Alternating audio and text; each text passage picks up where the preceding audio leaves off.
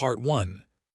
Ambassador stared at the message on her screen for the third time that morning. She rubbed her tired eyes and read it again, hoping the words would somehow change. They did not. The Empire and the Collective wanted to hold their peace negotiations on Earth. That part made sense.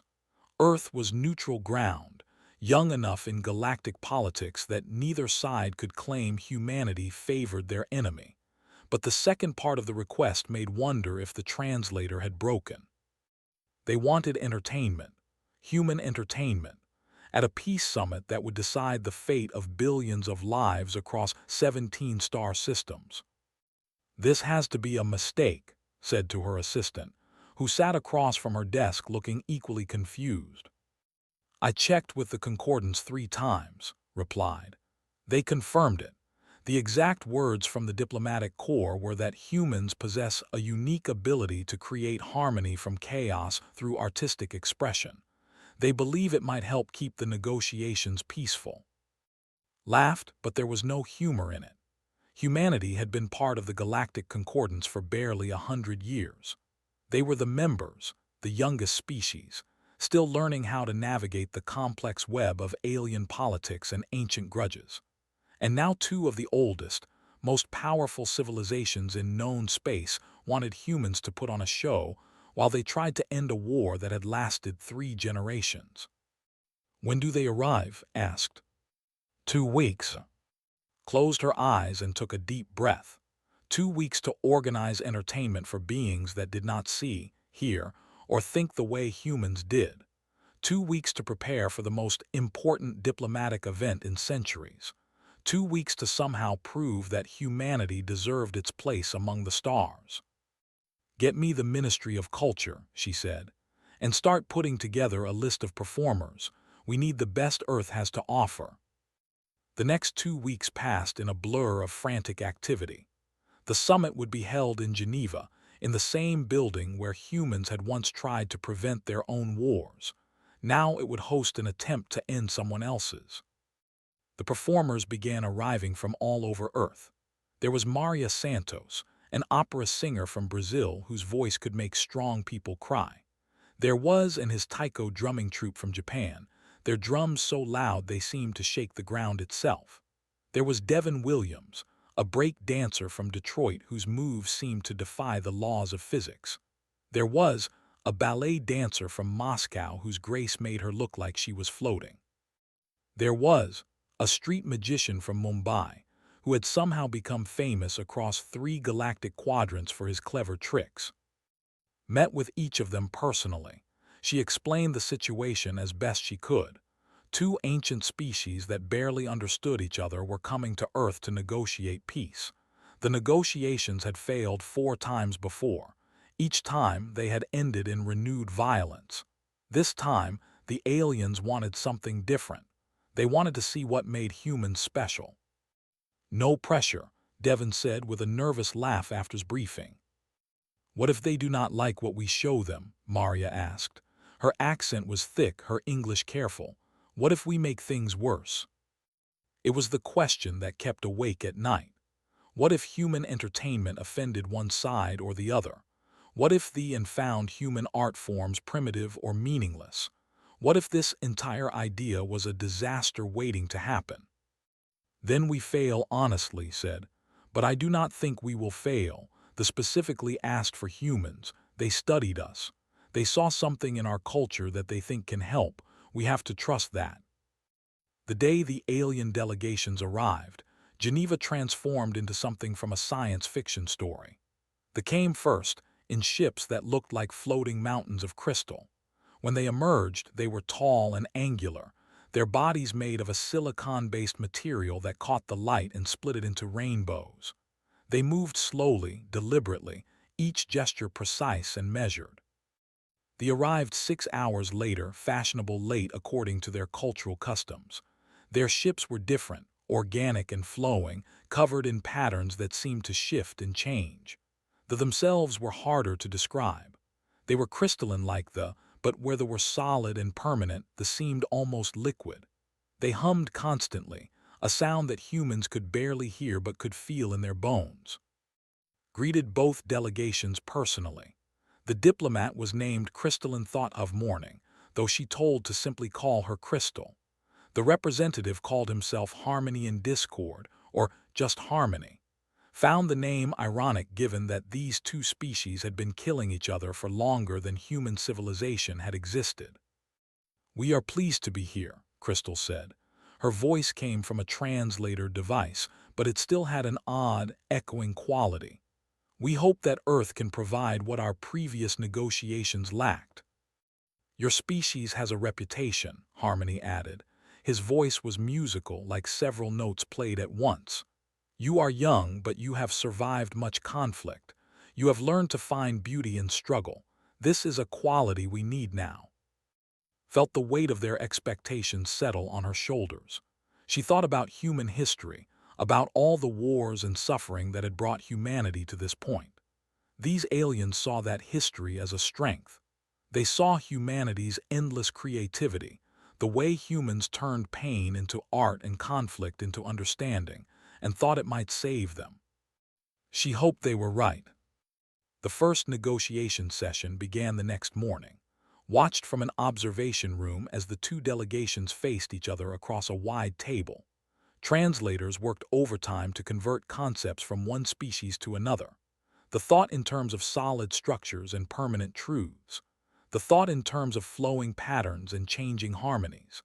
They had been fighting for so long because they fundamentally could not understand how the other species saw reality. Within an hour could see the tension building. The diplomat made a point about territorial boundaries. The diplomat responded with what seemed like a completely unrelated comment about temporal flow patterns. The tried to clarify.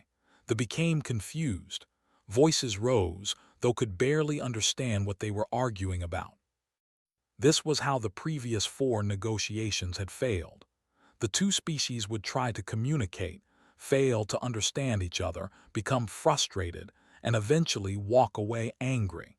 Sometimes the anger would explode into renewed violence. Made a decision, she pressed the signal button. The lights in the conference room dimmed. Both delegations fell silent, surprised by the sudden change. A spotlight came on, illuminating a small stage that had been set up in the corner of the room. Maria Santos stepped into the light. She wore a simple black dress. She held no microphone. She simply opened her mouth and began to sing. The song had no words. It did not need them. Maria's voice rose and fell, carrying emotions that transcended language. There was sorrow in it, the kind of deep sadness that every living being understood. There was hope, fragile but persistent. There was longing for something better, something peaceful, something beyond the endless cycle of violence and revenge. The indelegates turned to watch. Their argument forgotten, they listened to this human woman pour her soul out in song. The notes echoed off the walls, filled the room, seemed to settle into the hearts of everyone present. When Maria finished, there was silence. Then, slowly, the diplomat began to hum. It was their species' way of showing appreciation, a sound like crystal chimes in the wind.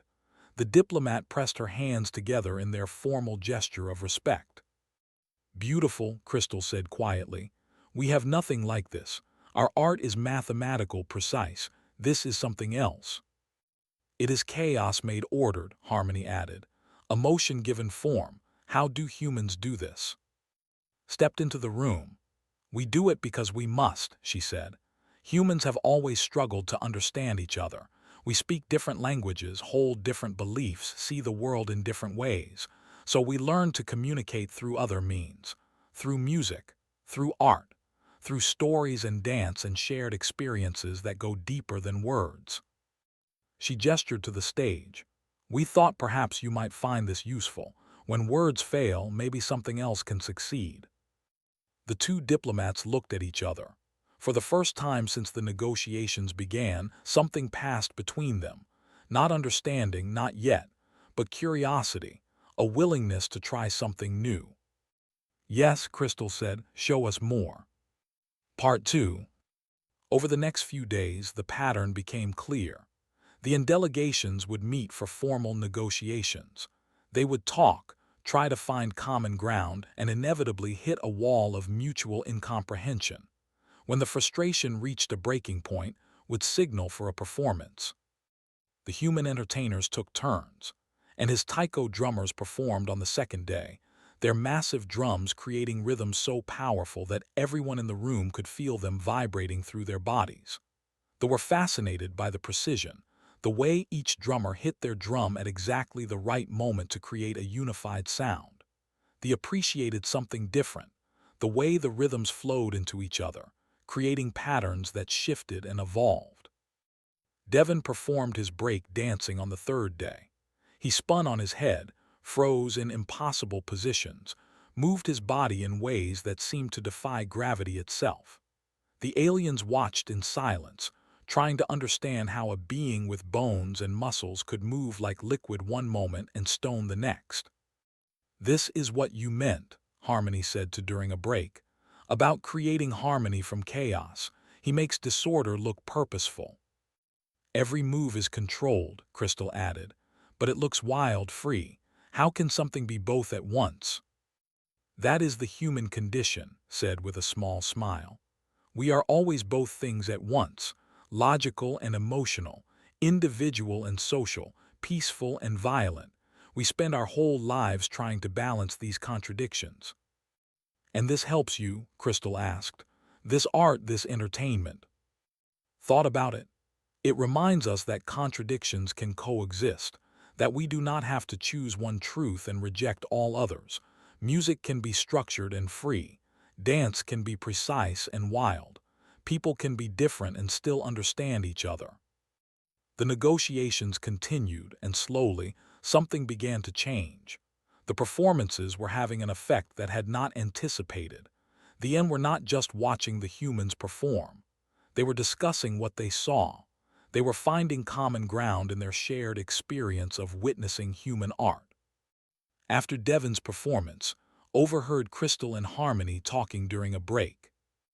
"The way he moves reminds me of the flow sculptures from Harmony was saying.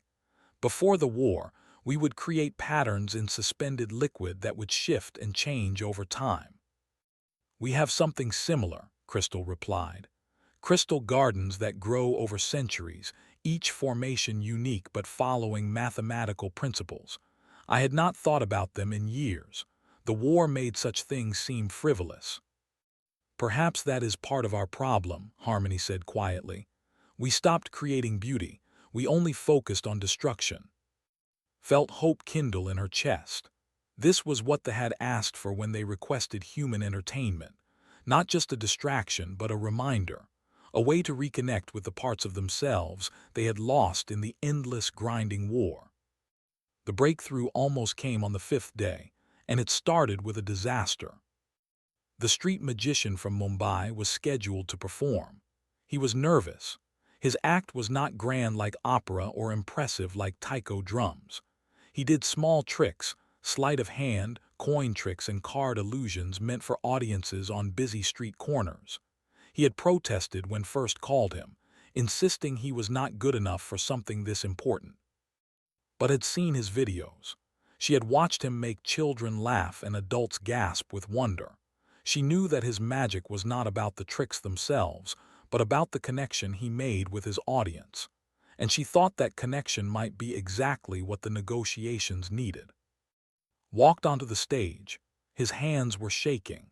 He started with a simple trick, making a coin disappear and reappear, but his nervousness made him clumsy. The coin fell from his hand and bounced across the stage. The room went silent, froze, his face flushing with embarrassment. This was the moment had feared, the moment when human entertainment would fail and the whole experiment would collapse. But then did something unexpected. Instead of trying to recover smoothly, instead of pretending nothing had happened, he looked down at the fallen coin and laughed. "Well," he said in English, which the translators quickly converted, "that was not supposed to happen, but you know what? Let me show you what we humans do when things go wrong."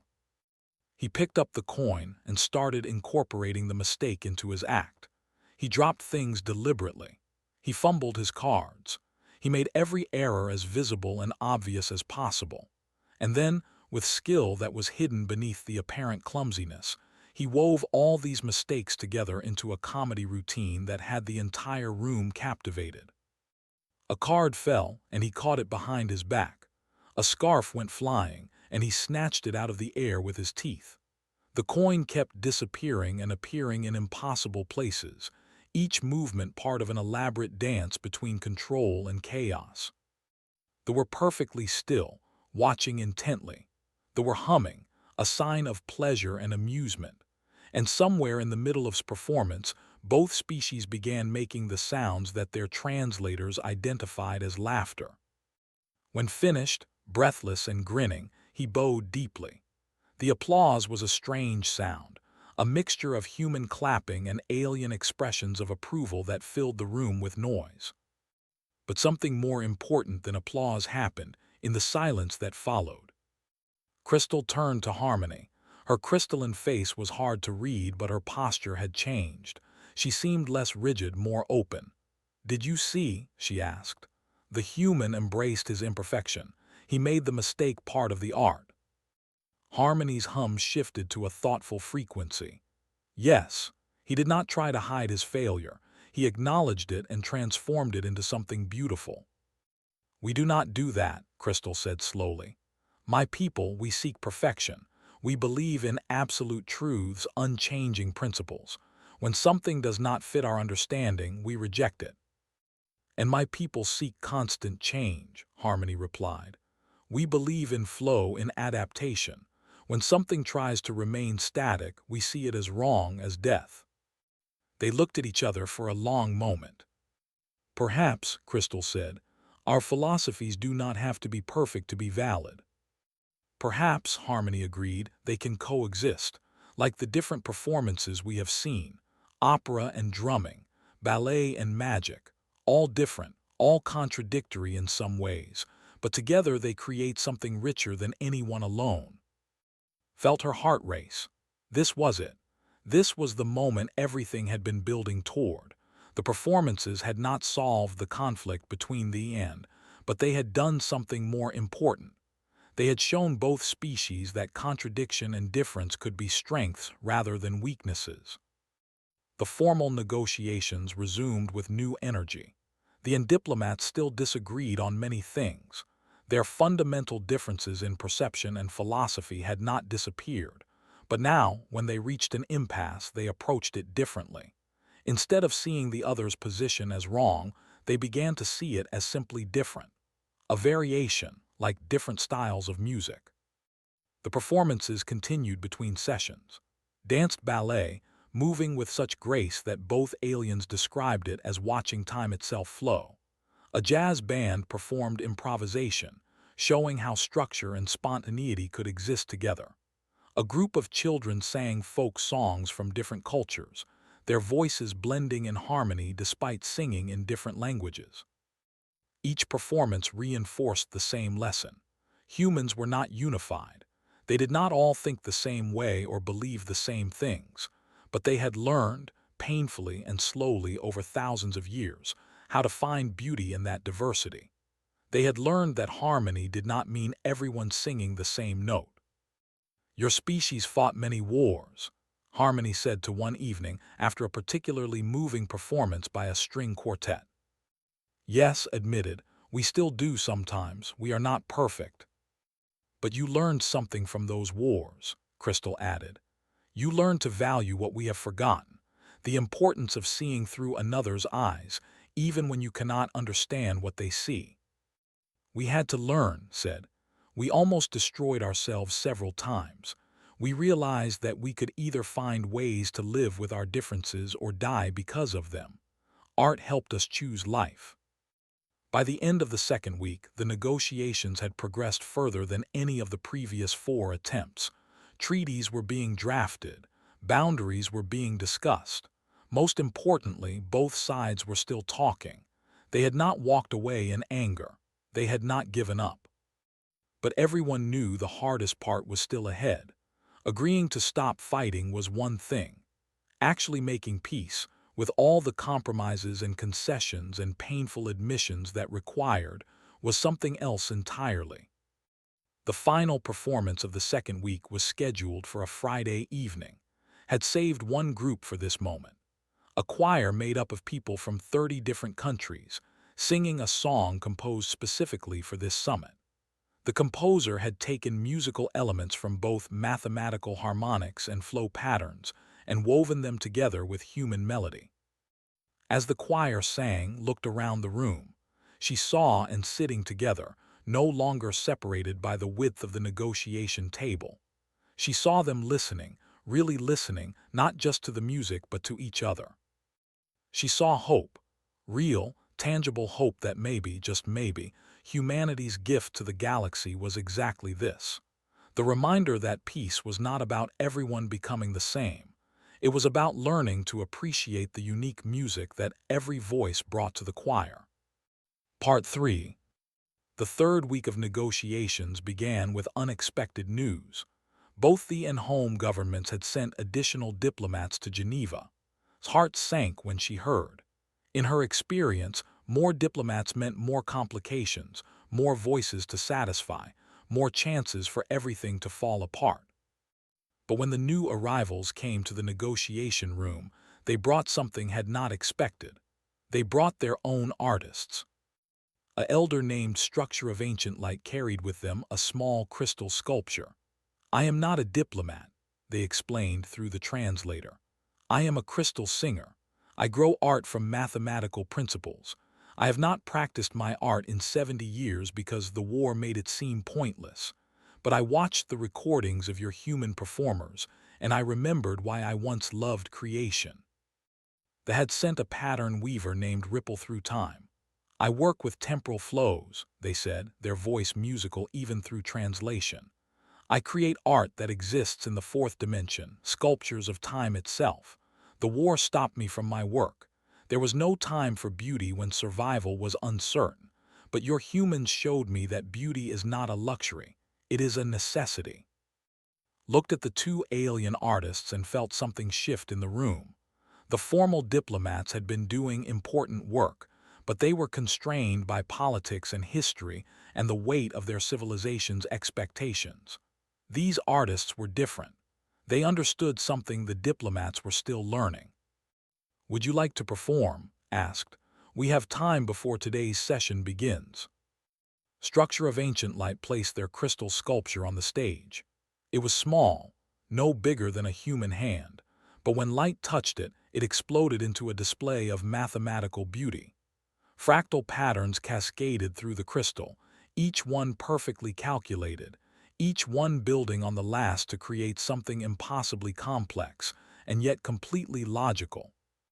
The humans in the room gasped. Even without understanding the mathematics, they could see the beauty in it. There was something pure about it, something that spoke to the part of the human mind that loved order and pattern. When the light show finished, Ripple Through Time stepped forward. They did not carry anything physical. Instead, they began to hum, a sound that started low and gradually built in complexity. The air around them began to shimmer. Time itself seemed to bend. It was hard for humans to perceive what Ripple Through Time was creating. Their brains were not built to see in 4 dimensions, but they could feel it, a sense of movement that was not through space but through time. Past and future seemed to fold together, creating patterns that existed across moments rather than locations. When the performance ended, the room was silent. Then Maria Santos began to clap. The other human performers joined her. The diplomats pressed their hands together in their gesture of respect. The hummed their approval. "This is what we lost," Crystal said softly. "When the war began, we stopped making art. We stopped creating beauty. We told ourselves we would return to it when the war ended, but wars do not end on their own. They end when we decide peace is more important than victory." "Your humans taught us this," Harmony added, looking at, "not through their words but through their actions. They showed us what it means to value creation over destruction." The negotiation session that day was different from all the others. The diplomats still argued, still disagreed on crucial points, But now they had artists in the room.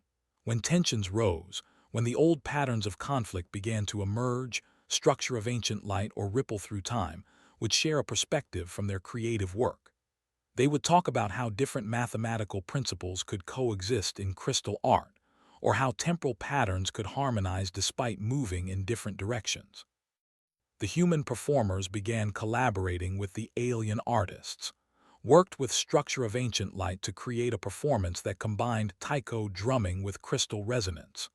The drums would strike, and the crystal would ring in response, creating harmonies that neither species could have achieved alone. And Ripple Through Time created something even more extraordinary. Danced while Ripple Through Time wove temporal patterns around her movements. To the human observers, it looked like was dancing with her own echoes, her past and future selves visible in the shimmer of bent time. It was a revelation, seeing their art form combined with human physical grace. These collaborations did more to advance the peace negotiations than any formal diplomatic discussion. They proved that not only could the two species coexist, they could create together. They could make something new and beautiful from their differences. But there was still one major obstacle: the question of how to handle the war criminals, the leaders and soldiers who had committed atrocities on both sides. It was a discussion that had destroyed the previous 4 peace attempts. Both species wanted justice, but they defined justice in completely incompatible ways. They believed in permanent consequences for permanent crimes.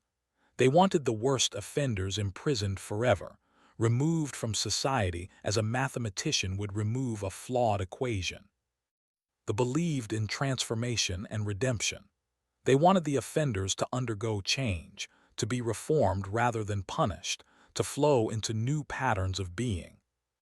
Neither side could accept the other's approach, and without agreement on this point, there could be no peace treaty.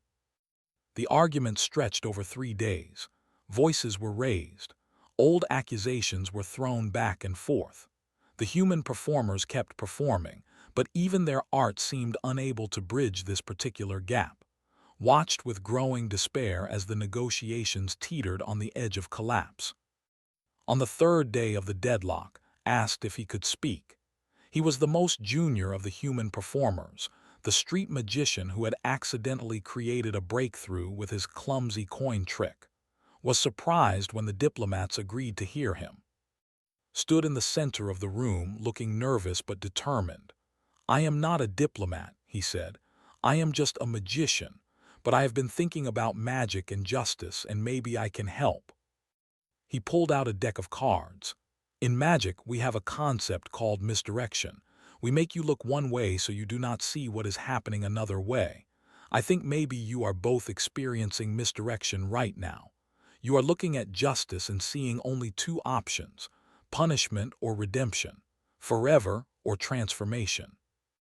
He spread the cards out. "But humans have learned there are always more than 2 options.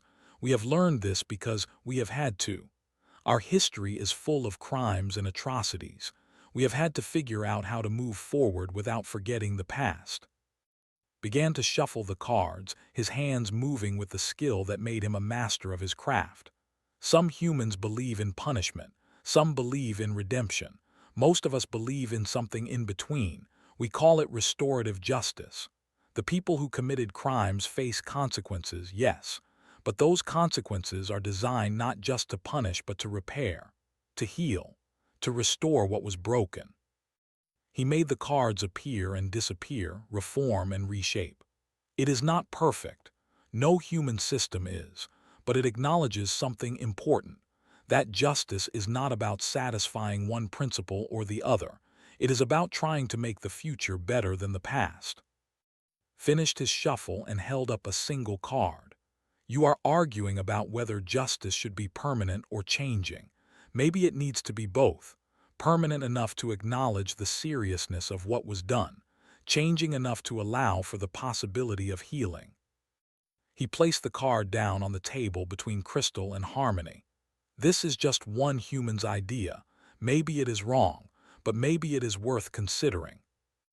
The room was quiet. Then Structure of Ancient Light spoke. In crystal art, we have a technique called annealing. When a crystal structure is damaged, we do not destroy it. But we also do not pretend the damage did not happen. We apply heat and pressure, allowing the crystal to reform around the flaw, incorporating it into a new structure. The flaw becomes part of the art, a reminder of what was broken and what was rebuilt. Ripple Through Time hummed thoughtfully. We have something similar in temporal weaving. When time flows are disrupted, we do not try to erase the disruption. We weave new patterns around it, acknowledging what happened while creating something that moves forward. The disruption remains visible, but it becomes part of a larger healing pattern.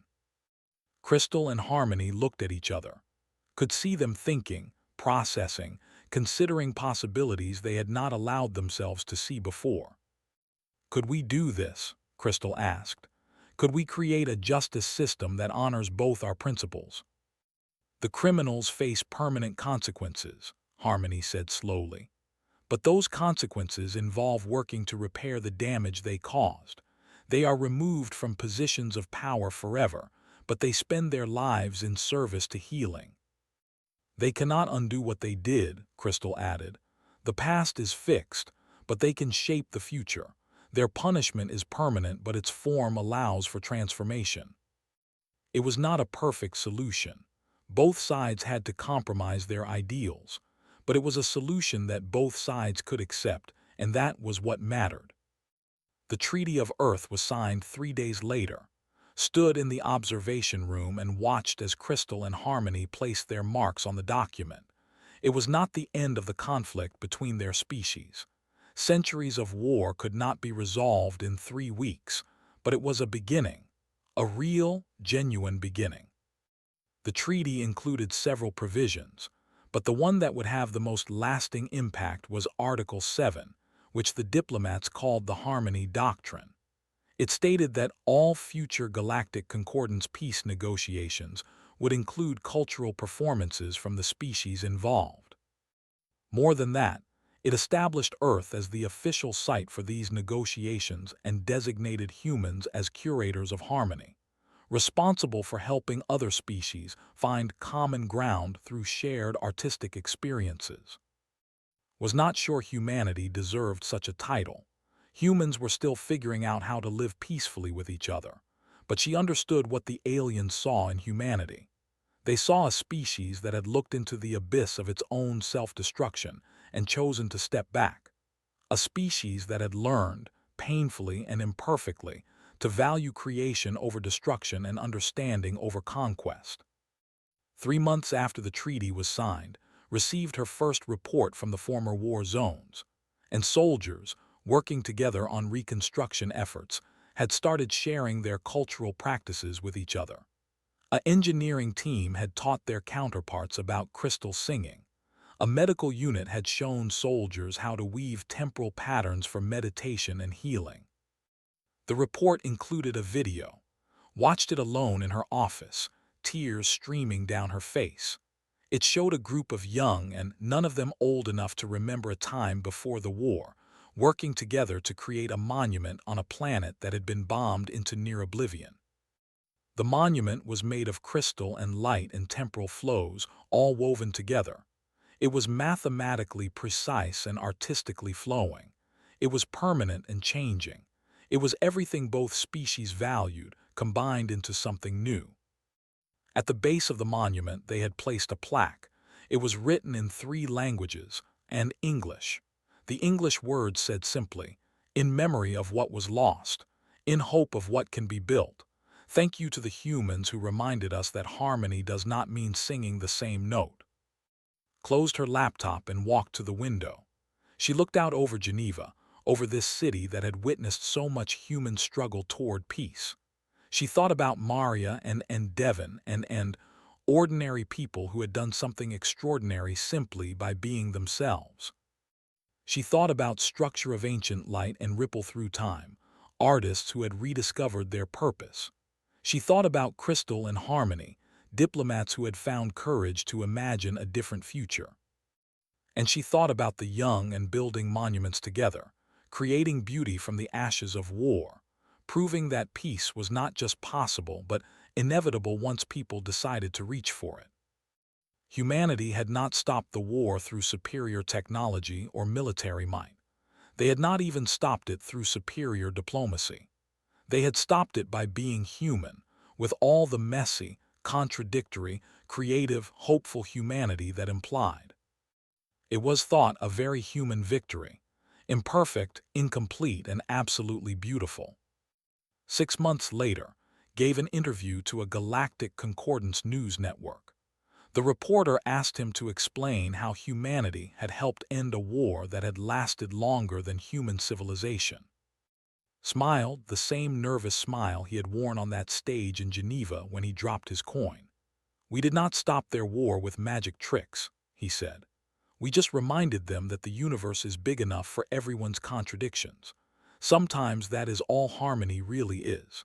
Not everyone singing the same note, but everyone agreeing that the song does not have to end just because we are all playing different parts." The interview went viral across a dozen star systems, and somewhere on Earth watched it and smiled. Humanity, the youngest species in the Galactic Concordance, had taught the oldest species something they had forgotten: that the most powerful force in the universe was not weapons or technology or even logic. It was the simple, persistent, deeply human belief that tomorrow could be better than today if everyone was willing to create it together.